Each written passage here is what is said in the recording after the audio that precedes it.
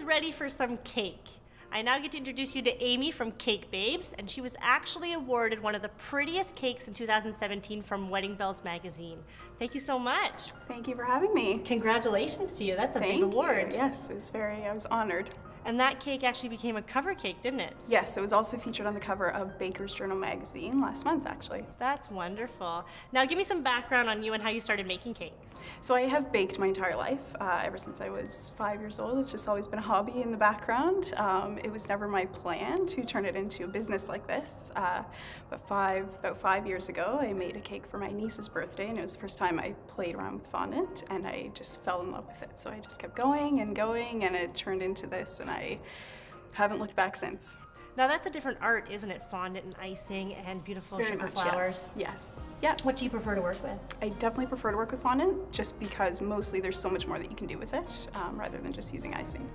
Now when we spoke, you told me that you started off just making children's cakes, not just for your Correct. niece, but for other people. Correct. Because you thought there was a lot of pressure on making wedding cakes. How have you dealt with that? Yeah, so I in the beginning, I took on one wedding cake order, and I took it on, and I thought I was never gonna do it again, and I got to the venue to set up the cake and everything, and I finished, and I stepped back and looked at it and just instantly fell in love with the whole process, and I knew that I had to do more, so I slowly got into it. But at first it was a lot of pressure, knowing that it was the most important day of these people's lives, and I didn't want to mess anything up or be responsible for any mistakes, and so I got over that fairly quickly, and so now it's more of pressure that I put on myself, I guess, just to make sure all the little details are perfect. And now tell me about that. When you display a cake, you said you don't care for bringing it in and putting it on an empty table. That's important to you. Yes, it's very important.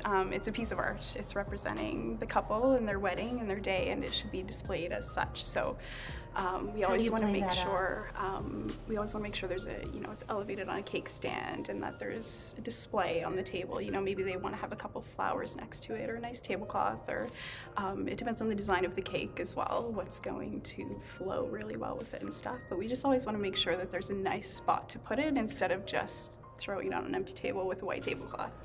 Now, that's what you said, is that you're a designer, you're an artist, and Yes. that's kind of a misconception for people. That is, yeah. So a lot of people think that they can just, find a picture on Pinterest or Google or on the internet somehow, and, hand it to me and have me make that exact cake. But I try to steer people away from that as cake artists, and I don't speak for everybody, but, most cake artists, we like to design our own work and put our name, our stamp, our feel on it. So we try to steer people towards getting something custom created for them each time, instead of just copying a picture.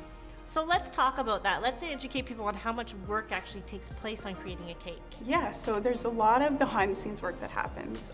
From the initial point of contact, there's a lot of emailing back and forth, and I spend a lot of time working on design, and we get a rough idea of what they're looking for, and go through and do up a quote for them.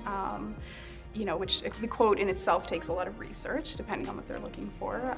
We do a tasting, consultation, full sit down, the whole 9 yards. And from there, I work on a design for them, and that could take, there could be 2 or 3 designs that go back and forth before we decide on one. Drafting up the final contract, things like that. And that whole process in itself could be upwards of 6 hours, depending on what we're looking at. Mm-hmm. And then from there, there's the actual making of all of the cake and the for the day of and the tasting. For the day of and for the tasting, because there's a lot of work that goes into the tasting as well. I do all of my samples fresh. I don't freeze anything, so it's all baked the night before the meeting is booked. Yeah. And so I spend, I've spent upwards of 30 hours on some designs for cakes, and then there's the delivery and setup, and it's hours and hours of work, and a lot of behind the scenes stuff that happens. I think that's good for people to know too. And you said about design and setup and grand cakes.